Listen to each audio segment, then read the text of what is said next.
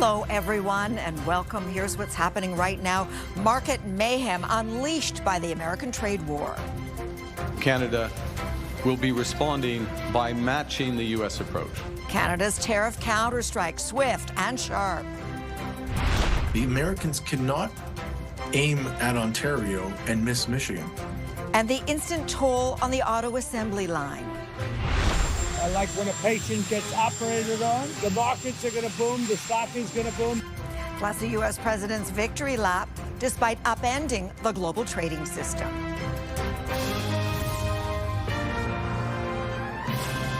CTV National News with Sandy Ronaldo. Mark Carney, in his role as Prime Minister today, said the old world order of trade anchored by the U.S. is gone. Now, Canada will lead and fight. And so today, Ottawa announced 25% tariffs on non-trade treaty compliant U.S. automobiles, essentially matching the U.S. sucker punch to Canada's auto sector. CTV Judy Trin now with Canada's swift response to Donald Trump's trade salvo. Judy. Sandy, 12 hours after Trump's auto tariffs took effect, the Prime Minister released targeted countermeasures to fight back.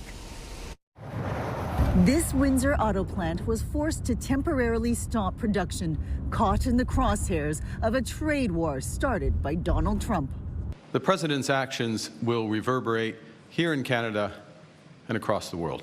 The Prime Minister announced Canada would impose 25% matching tariffs on automobiles made in the U.S. that are not compliant with the North American Free Trade Agreement. Cars made in Mexico won't be tariffed, and auto parts won't face Canadian duties. The retaliation revenue would be used to help workers. Around $8 billion before remission will go directly to our auto workers and the companies affected by those tariffs. Trump is trying to use tariffs to drive manufacturing back to America. But Carney says the government will develop a framework to cushion auto producers from tariffs if they keep their companies in Canada. Meanwhile, Carney's rival unveiled a strategy to boost domestic sales and production. Only 9% of vehicles Canadians buy are made here. A new Conservative government will eliminate the federal sales tax on Canadian-made automobiles. Trump has now hit Canada with 25% tariffs on autos, steel and aluminum, and 10% on potash. Escaping reciprocal tariffs doesn't feel like a win to some premiers. We got the best of a bad deal, which in my opinion is still totally unacceptable. The only thing that's acceptable is zero tariffs. What hurts us a lot right now is the uncertainty. Most of the companies right now, they don't invest. They are on pause. Carney will now shift back into campaign mode and head to Montreal to participate in a Radio-Canada town hall. It will be a challenge for Carney. His fluency in French, when compared to the other leaders, is the weakest. Okay, Sandy. Judy, thank you. All right, let's bring in CTV Chief Political Correspondent Vashi Kapellas. And Vashi, Canada got a bit of a reprieve yesterday in Doug Ford's words, not such a bad deal, the best of a bad deal, I guess, with those reciprocal tariffs. Do you think whatever Mark Carney said in that phone call with Donald Trump may have helped? Well, something certainly changed in the last week insofar as we're not the primary target of Donald Trump. I'm not sure we can directly attribute it, but he's not calling us the 51st state, and he's not referring to the Prime Minister as governor. And we did, as you point out, largely to everyone's surprise, including those in the federal and provincial governments, escape the application of the reciprocal tariffs. But I would add the caveat that Donald Trump, and I'm saying the obvious here, is about as unpredictable as a politician can ever be. And so while it may seem like we have escaped the worst of the reciprocal tariffs that he announced for the rest of the world last night, there's no guarantee that will be the case later tonight or even tomorrow. So it's difficult to say it's a win for anybody, as Doug Ford and you both point out. Perhaps the best of a bad deal, but still not a great one. Okay, Vashi, thank you so much. Now, while we narrowly escaped Donald Trump's reciprocal tariffs, the auto sector didn't, and already there's an impact in Mexico and Canada.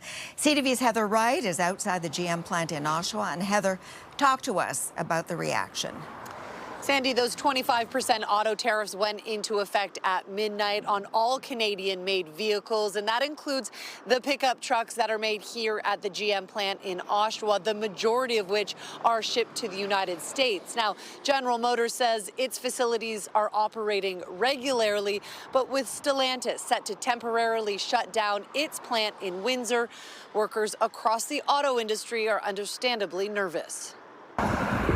The 3,600 people who work at the Stellantis plant in Windsor, Ontario will be home on Monday as the company that makes Chrysler, Dodge, Jeep and Ram vehicles announced it will shut down its plant for at least 2 weeks starting Monday as it weighs the impact of Trump's tariffs.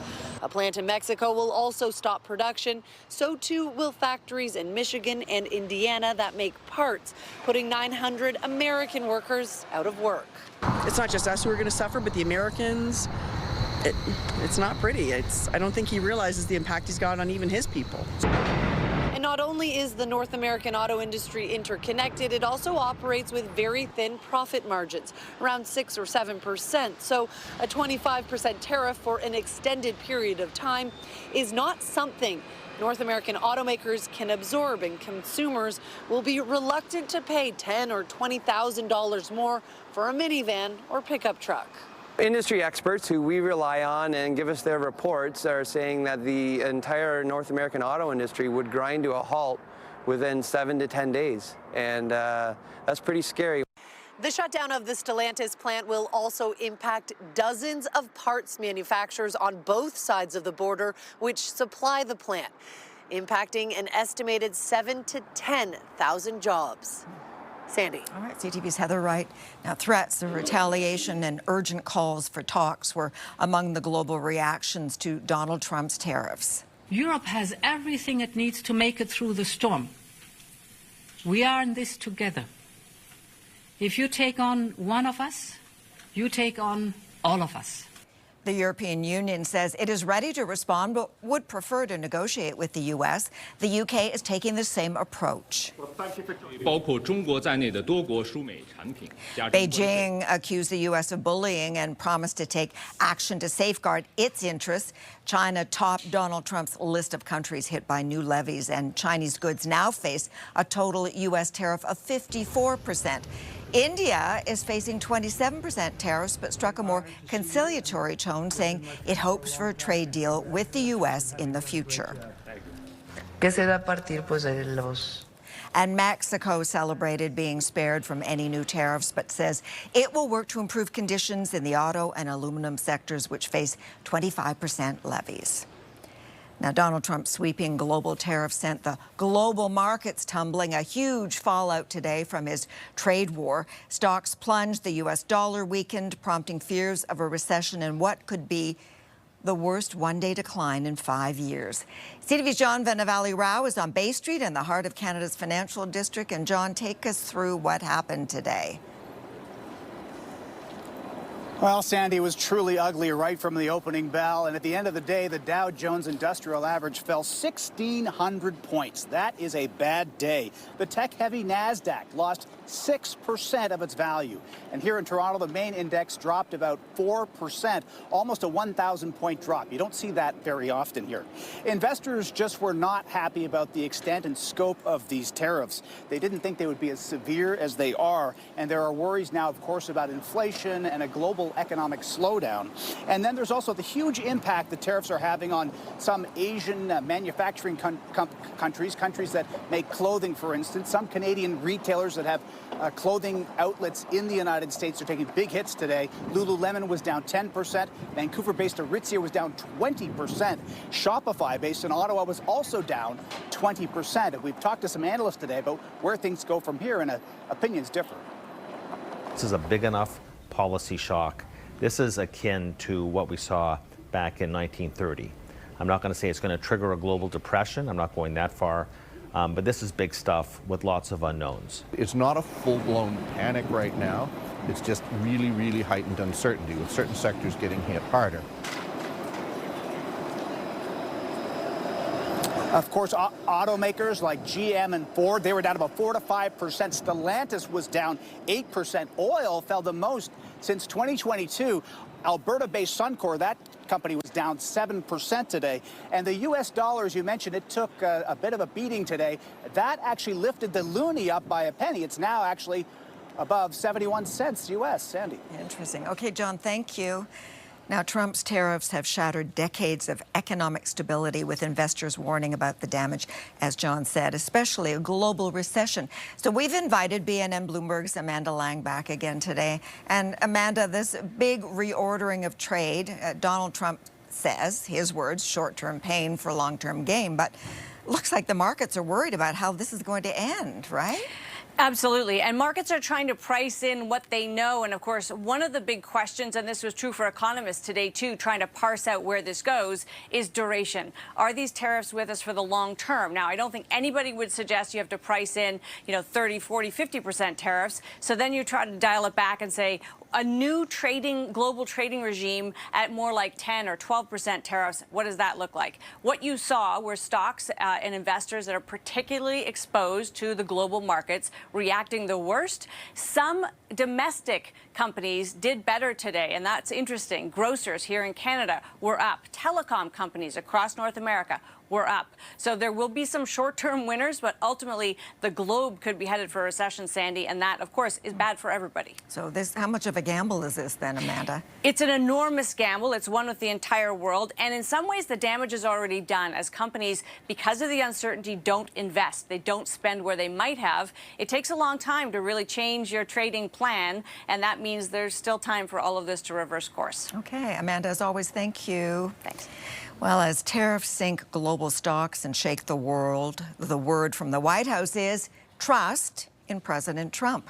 CTV's Washington Bureau Chief Joy Malbon is here now. Okay, Joy, Donald Trump unleashed chaos. What was he up to today? Well, Sandy, Donald Trump's celebrating what he called Liberation Day by heading off to his Miami golf resort. But before he left on the tarmac, he was asked about the markets tanking, the prices rising for Americans because of his tariffs, and he told reporters he thinks that it's going well. Take a listen. I think it's going very well. It was an operation, like when a patient gets operated on, and it's a big thing. We've never seen anything like it. The markets are going to boom, the stock is going to boom, the country is going to boom, and the rest of the world wants to see, is there any way they can make a deal? Well, there can be side effects after operations, so who else is out there, Joy, defending America's upending of the world order?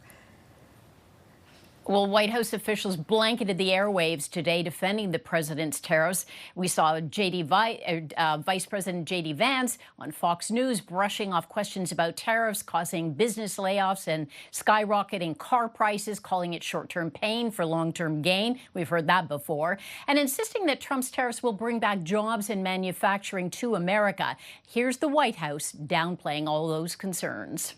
I don't think there's any chance that President Trump's going to back off his tariffs. This is the reordering of global trade. To anyone on Wall Street this morning, I would say trust in President Trump. This is a president who is doubling down on his proven economic formula. It seems, Sandy, that no one was spared Trump's tariffs. Apparently, the penguins who populate remote islands near Antarctica have been targeted with a 10% tariff.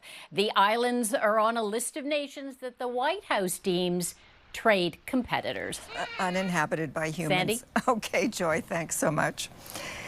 Now, Donald Trump also signaled there could be additional tariffs on lumber, semiconductors, and drugs, all sectors that don't fall under CUSMA, the Canada-U.S.-Mexico trade agreement. Today, CTV's Alison Bamford focuses on the critical importance of affordable pharmacare. Alison.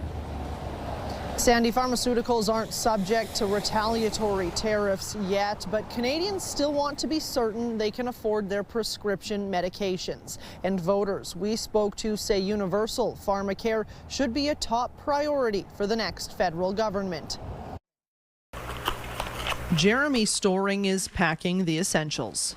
He doesn't travel anywhere without his insulin and backup supplies. The technology has been the best help that I could have got for managing diabetes. Technology like his continuous glucose monitor that connects to an app. It works directly with his insulin pump to administer the drug when he needs it, equipment and medication that aren't cheap. Throughout a year, I'm getting close to $10,000 of what would be out-of-pocket cost if I didn't have private insurance. Ottawa passed its Pharmacare Act last October that could make things more affordable. The program covers birth control and diabetes medication with additional funds for supplies, although coverage varies by jurisdiction. Only Manitoba, BC, PEI, and the Yukon signed agreements before the election was called. So it's an unfair patchwork right now. The program needs to be finished. The federal health minister has said the Liberals would try to strike deals with the remaining provinces and territories if re-elected. The Conservatives say they won't cut the existing program, and the NDP promised to push for an expansion.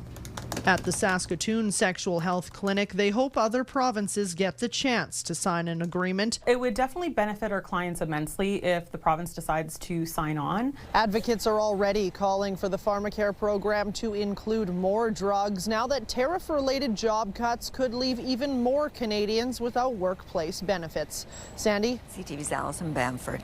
Coming up after the break, Conservatives lose 4 in 2 days. Our vetting process is stronger than all the other parties. Why these candidates slip through the cracks.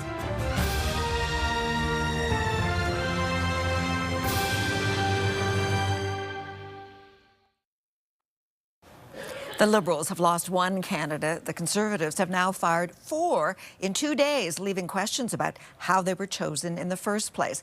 CTV's Abigail Beeman is with the Conservatives and asked Pierre Poilievre about the party's vetting process. Abigail. Sandy, Pierre Poilievre was dismissive about any issues in vetting candidates, even though he's now 4 short. The Conservative leader shakes hands with workers in Kingston, Ontario, as the party shakes candidates across the country.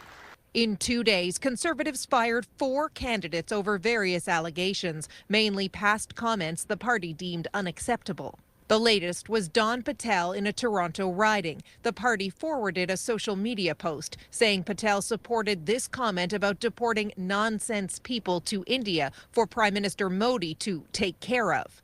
Patel did not respond to a CTV News request for comment. Our vetting process is stronger than all the other parties. That's why we have a zero tolerance for anyone who acts unacceptably. Poilievre instead pointed fingers at the Liberals and how much longer it took in comparison for their former candidate Paul Chang to resign after comments about handing over an opponent to the Chinese government to collect a bounty. The vetting that is being done is being done very last minute. Normally you try to screen candidates in advance of allowing them to run, and you weed these folks out before they even really get involved in the nomination race. So when you're dealing with an early election, you see more of this, and I think you're going to see it in all the parties. Hi, Mr. Patterson. Conservative campaign staffers tried to stop CTV News from speaking to Kingston candidate Brian Patterson, who has faced criticism about his past involvement with a church that performed conversion therapy. Are you still a member of the church today? No, I was very clear when this happened a number of years ago that I do not support conversion therapy. I actually seconded a city council motion supporting the ban on conversion therapy. When asked by CTV News about Patterson, Poilievre pointed to his past renouncement of conversion therapy. The campaign is now in Oshawa, set to hold a rally tonight. Sandy? Abigail, thank you. NDP leader Jagmeet Singh unveiled a big idea to raise money for new infrastructure projects today amid the ongoing economic uncertainty. CTV's Rachel Aiello is traveling with the NDP leader and breaks down the party's plan. Rachel. Sandy, with the backdrop of Canada's war memorial, today Jagmeet Singh promised a way for Canadians to do their part in the ongoing Canada-U.S. trade war. I want to begin by reviving an investment measure used during the First and Second World Wars. The NDP are promising to launch a new victory bond program if they win the election. Canadians are really wrapping themselves in the flag and saying, I want to do my part, and here's the way Canadians can do their part. And it's in stark contrast to the proposals of the other parties. These bonds would be available in 5- and 10-year terms. If held to maturity, they would be tax-free. For example, the NDP estimate that a $100 bond available through payroll deductions or directly purchased would grow in value by around 40% over a decade. Singh said every dollar raised would be dedicated entirely to public infrastructure, to fund new roads, bridges, housing, and transit. While this week Singh has made efforts to link his policy pledges to the big ballot box issue of Donald Trump, the latest Nanos numbers show NDP support is slipping further. Sandy? All right, Rachel, thank you. More ahead on CTV National News. Stay with us.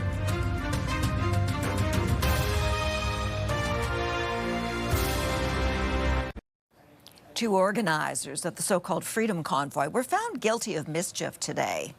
Welcome, Chris. How are you?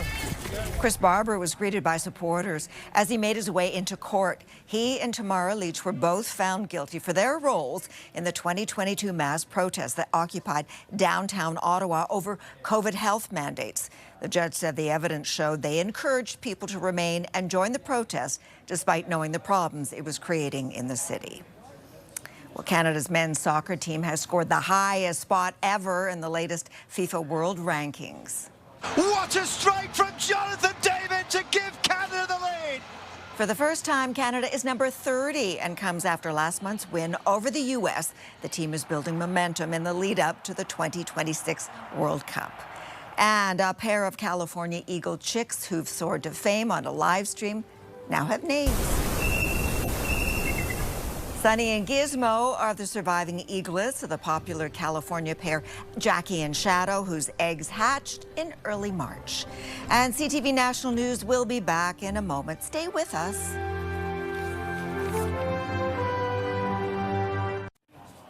With all the news out of Washington this week, there was also a remarkable moment you might have missed, especially since it almost went unnoticed at the time. Portia Moore says she was so focused on helping a photographer get a perfect shot of her kids that she missed the man in the background. My husband's like, that's Obama. I didn't know he was saying. I'm like, yeah, whatever. I'm making sure I'm looking at Preston right now. After they're done with their shoot, I then pick Preston up and I'm like, what did you just say? He's like, that's Obama. I was like, what? And yes, that was Barack Obama, the 44th U.S. president, out for a stroll among the cherry blossoms behind young Belle and Preston. And there was just one other question. I was like, well, did we get a picture? And then we went to the photographer and like she scrolled back and we were like, we got it. The family didn't get the chance to say hello to Obama, but say this presidential photobomb might make an appearance on their Christmas cards. What a nice way to thank you also for sharing your time with us. I'm Sandy Ronaldo. Omar is here later. Heather, tomorrow, your local CTV News is next. Be well.